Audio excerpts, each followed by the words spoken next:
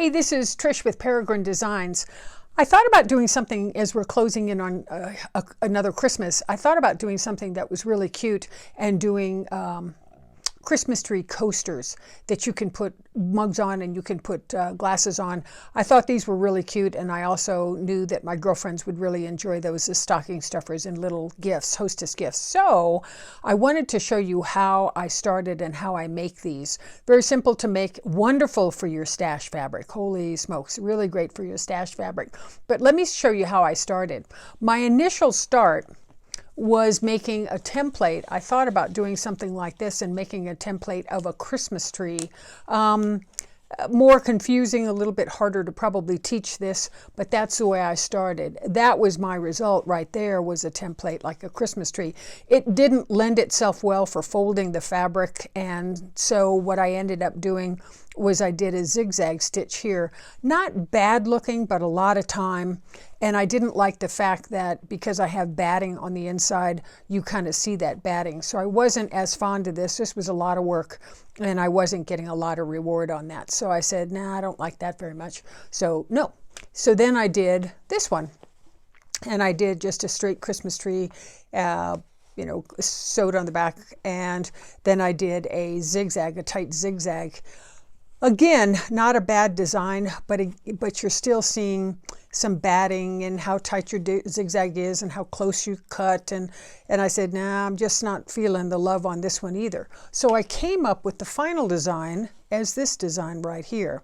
This is, again, great stash of fabric, and all your edges are controlled and contained, so you don't have that. You could top stitch if you like. I don't tend to want to do that because sometimes your top stitching gets a bit gamey, and if you've got gamey top stitching, you're going to see it and it'll be unfortunate. But this was pretty easy to do, and then you could do it in different colors, and you can have a lot of fun with this, and your back fabric can be anything that you like. What you're going to need is fabric, and the next thing I'm going to teach you how to do is I want to teach you how to do the template for this so that you can make as many as you like. I'll be back in just a sec. We're going to do a template that will end up looking like this. And if you see this, it's actually pretty simple. This is 6 inches long by 6 inches wide.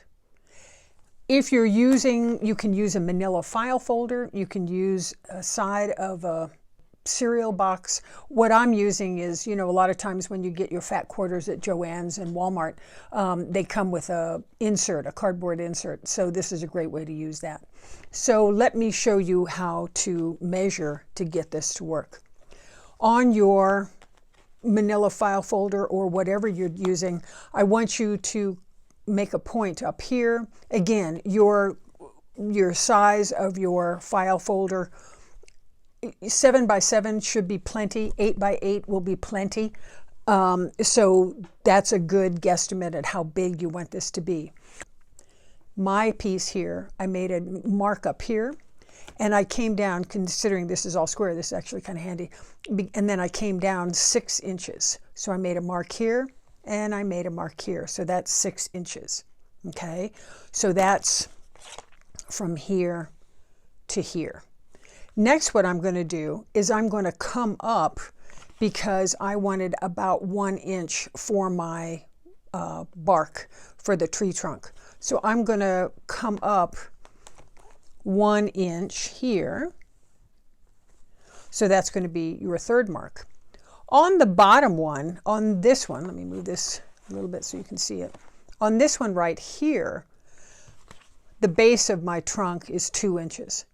It can be any base you like. You can have 2 inches, you can do whatever you like. 2 inches is about right. Visually for me, that's about right. But this I put in as 2 inches. So on your bottom mark, that's my bottom mark right there, I'm going to go out 2 inches. So it's going to go from here to here. So I've got 1 inch here, 1 inch here. And I'm going to connect those lines. Here we go. Okay. And I knew I came up 1 inch. Here's my 1 inch. So I'll go ahead and come up 1 inch here. And I'll keep it square and come up 1 inch here. Alrighty, so we're moving right along. Now I'm going to create this piece here.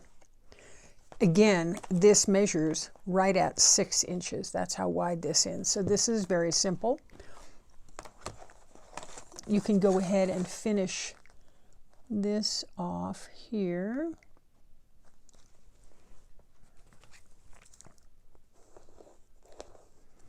Okay, can you see that? Okay, that's good enough. Okay, now I'm going to come out 6 inches from here. So that would be 3 and 3. Here and here.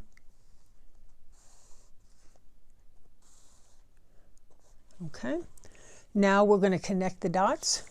Here's your top mark right here. I'm going to connect from here to here. Let me see if I can't make you seasick with my maneuvering here.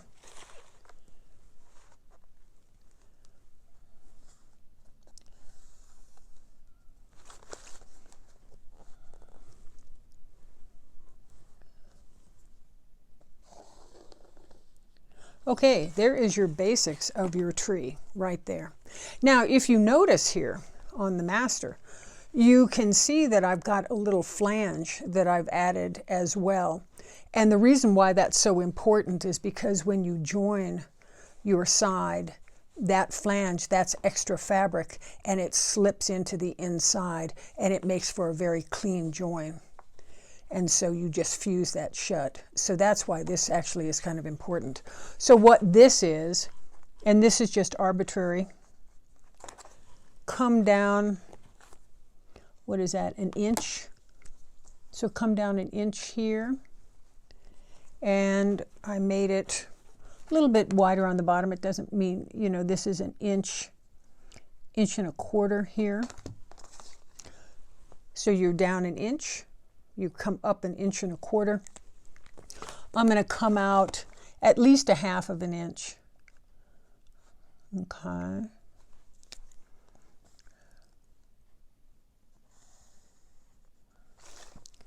So these will come up.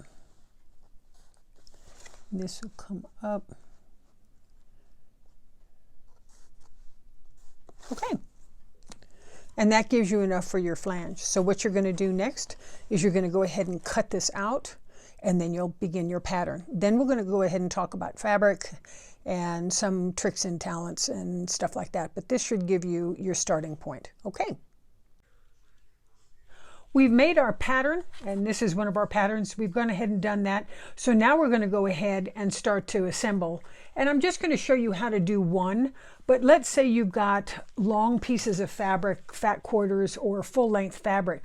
You can make a ribbon of fabric that goes for quite a distance here, and that's a nice economy to use when you've got enough fabric. But since this is kind of a big stash buster for me, I'm going to show you how to do it with just pieces and parts.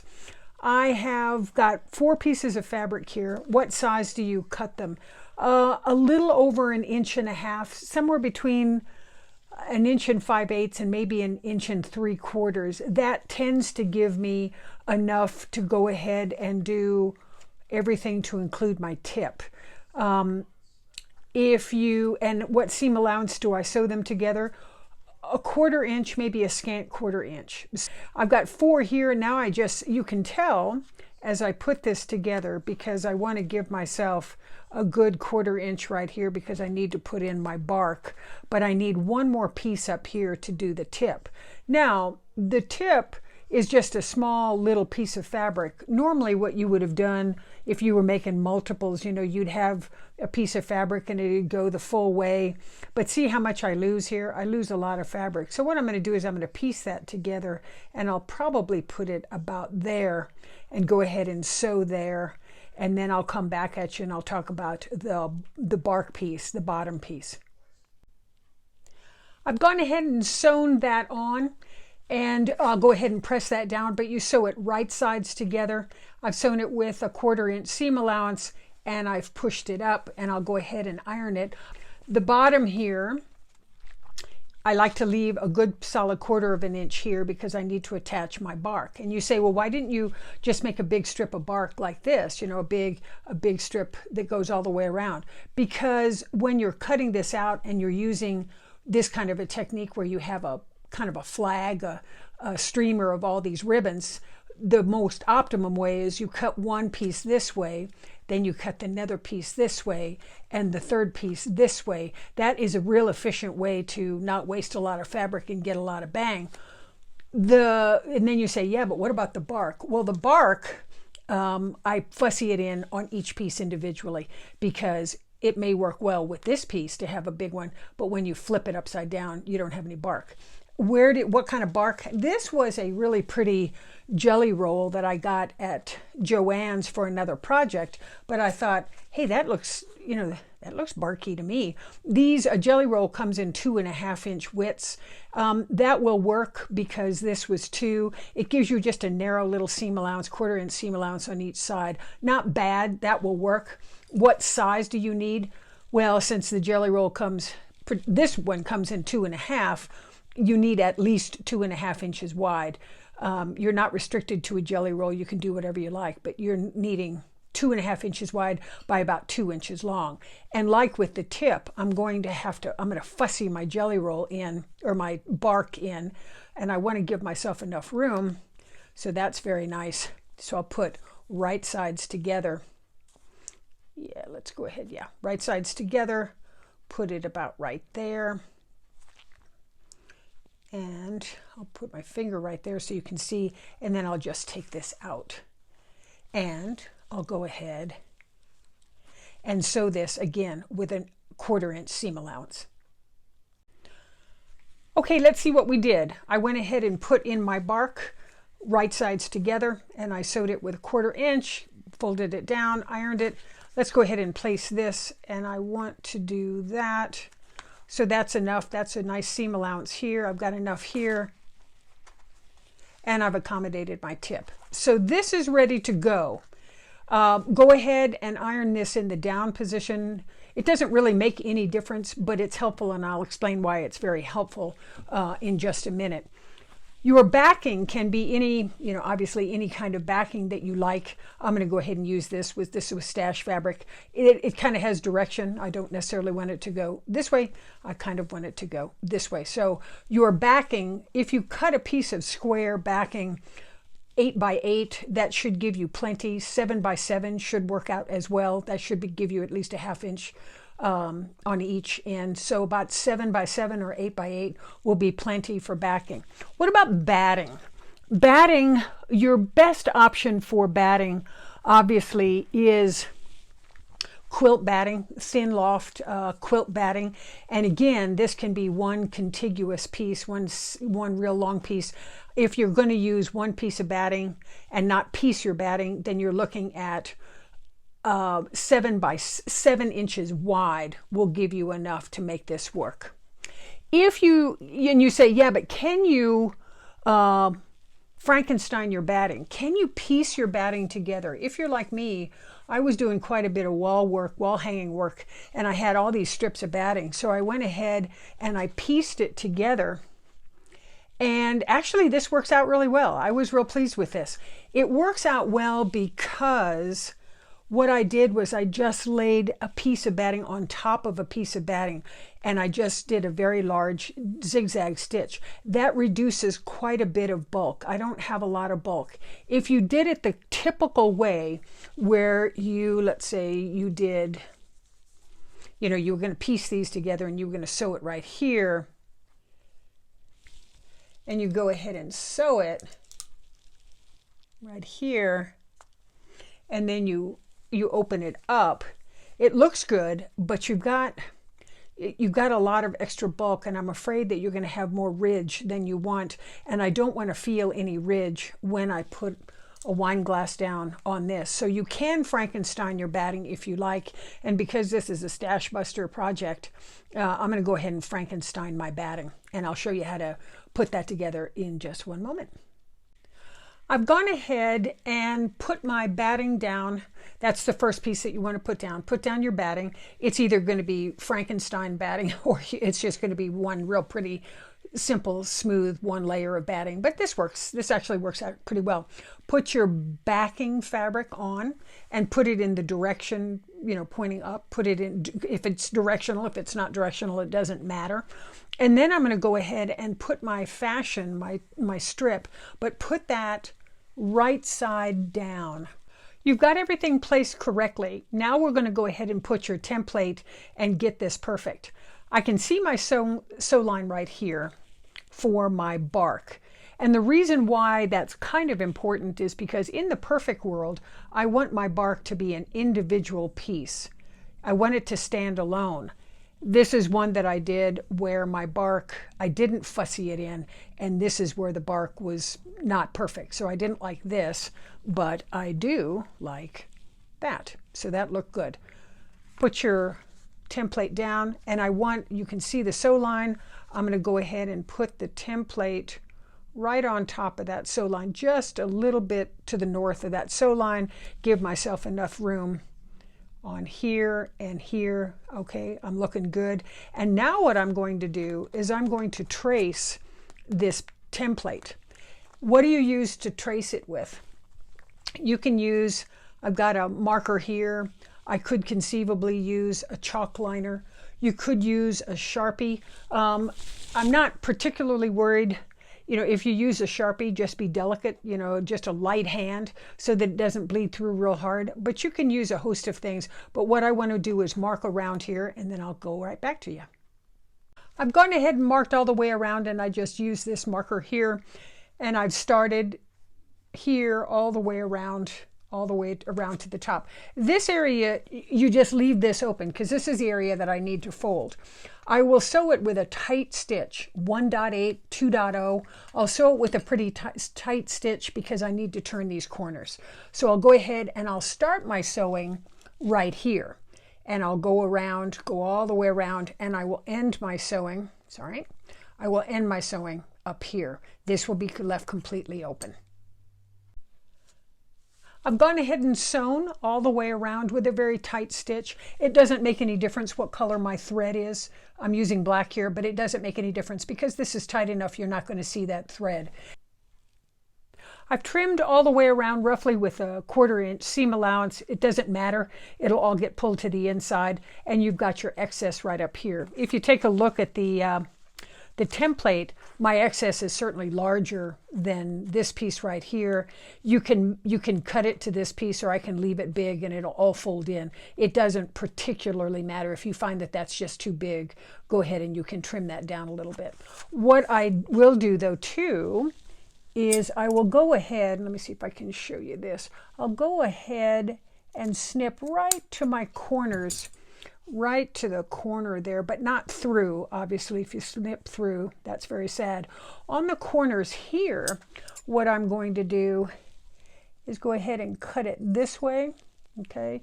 And then I'll go ahead and trim the pieces here.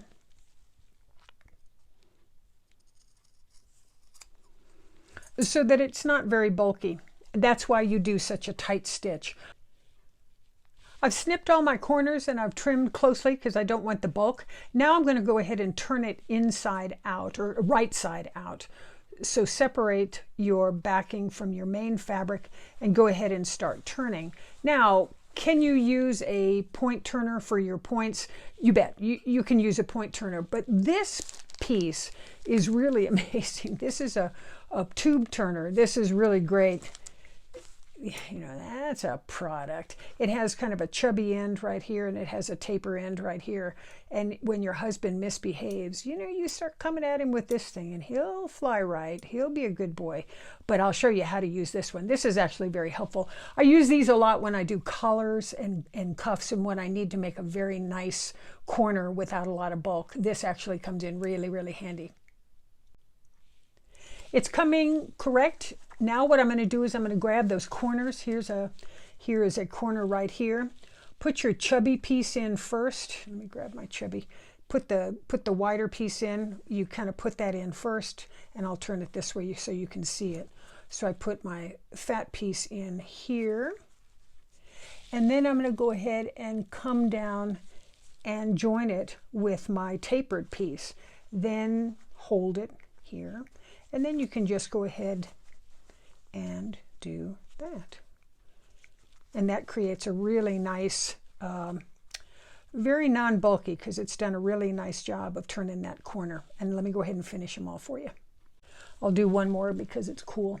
Put the bigger end in the corner. Let me find my corner. There's a corner right there.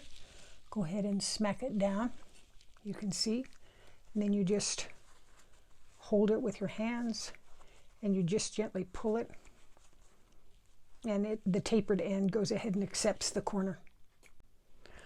I've turned everything inside or correct side out, and I've made my, pulled my corners out a little bit, so that's looking pretty good. You still have this flange, and that's what was really important.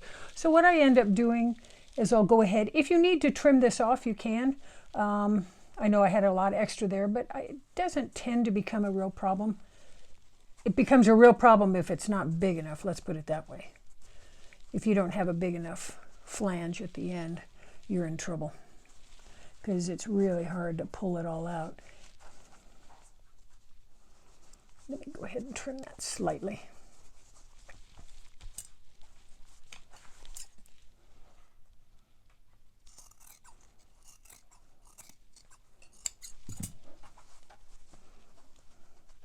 And what you'll end up doing is you'll go ahead and turn it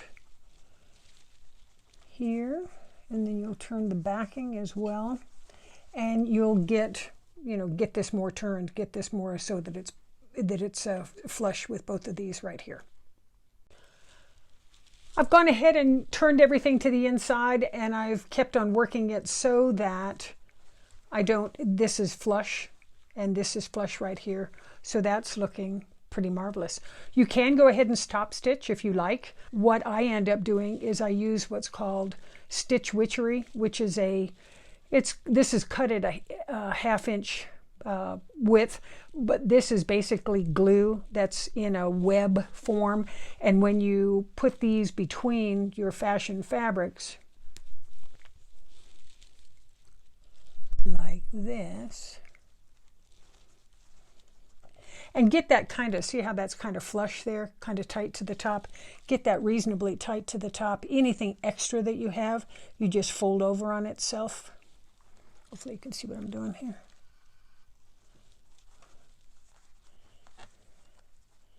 Come on now.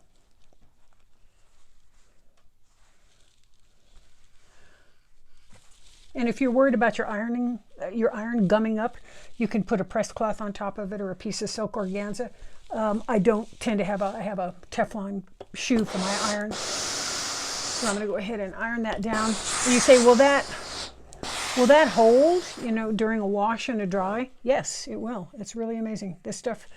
Now I use the one that I prefer is the Ultra Hold. I want the heavy duty strong version. I don't want the light version. I don't think the light version would necessarily hold as long, but the heavy duty will hold. And it's really hard to kind of see the difference between one side and another. Do you ever need to interface your fabric? Not if you're using quilting cotton. I don't tend to need to interface it, but this was a home deck fabric that you can tell is very light and very silky. If I were using this piece, I would probably interface this a little bit with Shapeflex or something that gives it a bit more stability, because it's very silky and very soft. But hopefully you've liked this. This is just a really, I think my problem is all my girlfriends want them, so I have 6 girlfriends, and that sounds like 36 of these that I've got to make. So it's a great way to use your stash, and I do hope you enjoyed this. This was fun and particularly nice for Christmas, and they may sell well at a craft show. So thank you so much for watching, and enjoy. And this is Trish with Peregrine Designs. Thank you. Bye.